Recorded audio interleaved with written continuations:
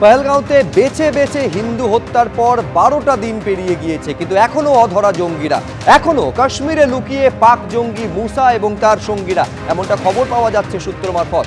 প্রশ্ন হচ্ছে, কোথায় লুকিয়ে রয়েছে মুসা?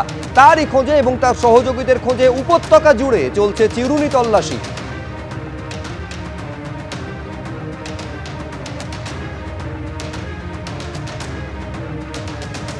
এখন প্রশ্ন হচ্ছে, এন্ট্রি পয়েন্ট কি? জঙ্গিরা ঢুকলো কোন দিক দিয়ে, কোথায় আত্মগোপন করে রয়েছে তারা? সবটার অনুসন্ধানে ড্রোন উড়িয়ে পর্যন্ত নজরদারি চালানো হচ্ছে।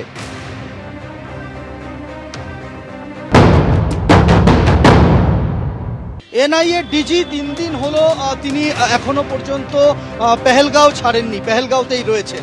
ফলে এরকম একটি জায়গায় তদন্ত প্রক্রিয়া এগিয়ে নিয়ে যাওয়া এবং কিভাবে ঘটনা ঘটলো, কোথা থেকে আততায়ীরা ঢুকলো, জঙ্গিরা কোন রুটে ঢুকেছিল, কোন রুটেই বা তারা বেরিয়ে গেল, তারা কি আদৌ বেরিয়ে যেতে পেরেছে, নাকি পেহেলগাঁওতে যে জায়গায় বৈশারণ ভ্যালিতে এই ঘটনা ঘটেছে তার পিছনের যে বিস্তীর্ণ পাহাড়ি উপত্যকা, পাইনের ঘন জঙ্গল, প্রায় দিনের আলো প্রবেশ করে না এমন জায়গা রয়েছে, সেই জঙ্গলে কোথাও তারা আত্মগোপন করে রয়েছে। আত্মগোপন করে থাকলে 10-12 দিন কিভাবে তারা থাকতে পারছে, তারা রসদ কোথা থেকে পাচ্ছে, এই সমস্ত বিষয় কিন্তু নজরে রাখা হচ্ছে। লাগাতার তল্লাশি অভিযান চলছে, লাগাতার এখানে কখনো ড্রোন উড়িয়ে, কখনো 3D ম্যাপিংয়ের মাধ্যমে এনআইএ তার যারা আধিকারিকরা রয়েছেন, কর্তারা রয়েছেন, তারা বোঝার চেষ্টা করছেন যে কোন পথে তারা এসছেন।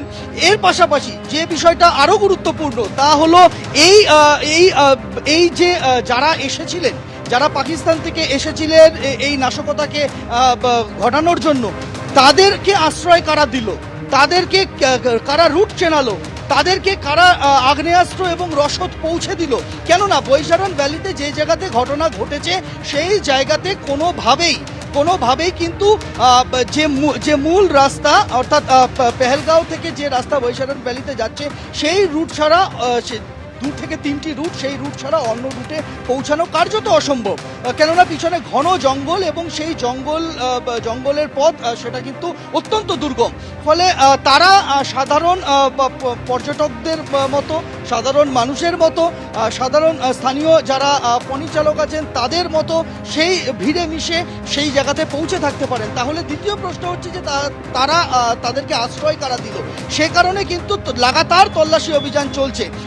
যেভাবে গত 8-9 দিন ধরে লাগাতার সিজফায়ার ভায়োলেশন হয়ে চলেছে এলওসিতে, সেই জায়গায় দাঁড়িয়ে নিরাপত্তা, জম্মু কাশ্মীরের নিরাপত্তা কয়েক গুণ কিন্তু বাড়িয়ে দেওয়া হয়েছে। প্রতি শ্রীনগর থেকে শুরু করে বারামুলা বলো, কুপওয়ারা বলো, উড়ি বলো, প্রত্যেকটি জায়গাতে প্রতি 1 কিলোমিটার অন্তর মোড়ে মোড়ে কিন্তু তুমি দেখতে পাবে যে এইরকমই বাহিনী মোতায়েন রয়েছে।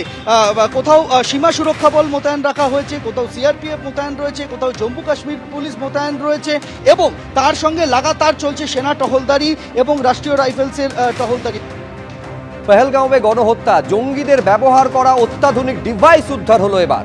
কিশতওয়ারে জঙ্গিদের ডেরা থেকে উদ্ধার হয়েছে, ছবিতে দেখতে পাচ্ছেন এই অত্যাধুনিক আলট্রা কমিউনিকেশন সিস্টেম। এই কমিউনিকেশন সিস্টেমের মাধ্যমে জঙ্গিরা যোগাযোগ রাখছিল। বাহিনীর চোখে ধুলো দিতে এই আলট্রা কমিউনিকেশন সিস্টেম ব্যবহার করা হয় বলে খবর সূত্রের। দুর্গম জায়গায় আপৎকালীন বার্তা এবং লোকেশন শেয়ার করার জন্যই ব্যবহৃত হয় এই আলট্রা সিস্টেম, এমনটা সূত্রের খবর। আলট্রা কমিউনিকেশন সিস্টেমটা হচ্ছে আলট্রা স্যাটেলাইট কমিউনিকেশন সিস্টেম। সেইটা খুব মানে অত্যন্ত মূল্যবান এবং এইটাকে অপারেট করার জন্য ভালো ট্রেনিং দরকার। তাহলে এইটা ওরা হয় বিশ্বের বাজার থেকে জোগাড় করেছে, অথবা চীন থেকেও পেতে পারে, বা টার্কি থেকেও পেতে পারে। নিয়ে কমিউনিকেশন করলে এটা স্যাটেলাইটের মাধ্যমে হয়, সেটাকে মনিটর করা কঠিন, করা যায় না তা নয়, বেশ কঠিন। সিস্টেমের মাধ্যমে এরা কমিউনিকেট করে চলেছিল, কিন্তু তার একটা অংশ এখানে ফেলে গেছে, যেটা পাওয়া গেছে কিশতওয়ারের কাছে। এইটাকে ওখানে ওরা ফেলে গেছে, বা ওখান থেকে ওরা পালাবার রাস্তা, এসকেপ রুট তৈরি করেছে। এইভাবে একটা বিশাল সেনাবাহিনী সেখানে দরকার হবে, যে দ্রুততার সাথে ওদের যাতে গ্রেপ্তার করা যায়।